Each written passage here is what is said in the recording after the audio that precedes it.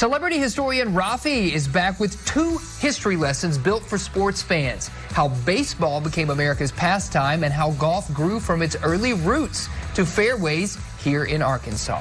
Baseball is often called America's pastime, but how did that earn its title, and how did the game make its way into Arkansas communities and then around the world? Celebrity historian Raffi Andonian joins us right now to talk through the history of the game, from hometown fields to international fandom. Thanks for joining us, Raffi. Hey, I'm certainly ready to take a swing at this history. All right. So how did baseball become America's pastime?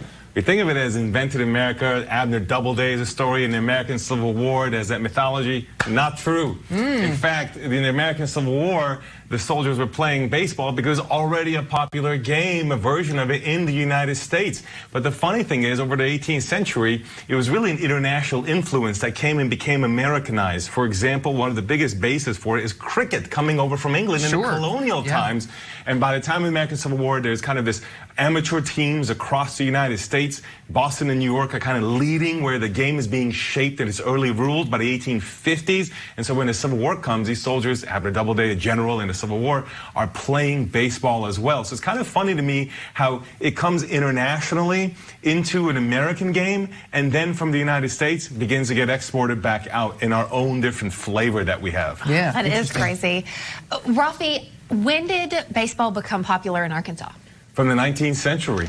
The Arkansas Travelers, of course, in 1895, across 3 centuries, in the 19th century, 20th century, and into the 21st century, they were the first team to be a statewide Arkansas, like the statewide team name across the whole United States, named Arkansas Travelers. Instead of like a city? Correct. Originally, they were the Little Rock Travelers, but eventually they changed it to Arkansas in the 1950s and became the first one to be named for a state, a baseball team. So it's been around here for quite some time. Of course, here locally in NWA, we have the NWA Naturals, of course. I've been to a game with you. Yes. Yeah, we had a lot of fun. That's right. That's right. That game. And the Naturals have contributed right now. Bobby Witt Jr., who's a superstar with the Royals, of course, who the Naturals are in their farm system. He's, of course, the first shortstop, by the way, to have a 30-30 season. He's a superstar, a cornerstone of the franchise. And here in Arkansas, in terms of Arkansas natives, there have been 150-plus Major League Baseball players to come out of the state of Arkansas, including 6 Hall of Famers, including one of my favorites, Dizzy Dean, who is a St. Louis Cardinal, whose jersey I'm wearing right now, of course, Cardinals jersey. And one of the things I love about Dizzy Dean is that after he retired, 6 years after he retired, he was doing a radio call, and he was talking smack about how the St. Louis Browns, a different baseball team, where the pitchers were kind of pitching too sluggishly. Well, the fans challenged him to come on the field. A couple games later, he comes on the field, pitches after retirement, 4 innings, allowed only 3 hits and 0 runs, baby. That's 0 ERA. That is fascinating. Okay, we always have to do this with you because we get so caught up and geeking out about baseball. We've got a lightning round. Can you answer one more question for you?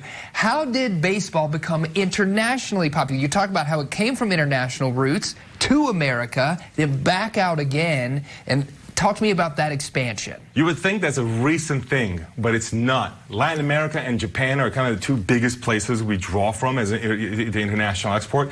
Latin America started in the 1860s. That was with Mexican and Cubans who were coming to school in the United States, a merchant class, and going back to Latin America and bringing the game with them. And in Japan, it was a professor, an American professor who went to Tokyo in the 1870s and introduced the game, became a huge hit. Babe Ruth, in the twilight of his career in the 1930s, went on a tour playing baseball along with other players against Japanese all-stars. That helped make it even bigger hit. And today, the Japanese major leagues are considered the second best behind the American major leagues. That's why guys like Shohei Ohtani can make the leap over into the major leagues of the United States. So this stuff goes back well over essentially internationally. It's nothing new.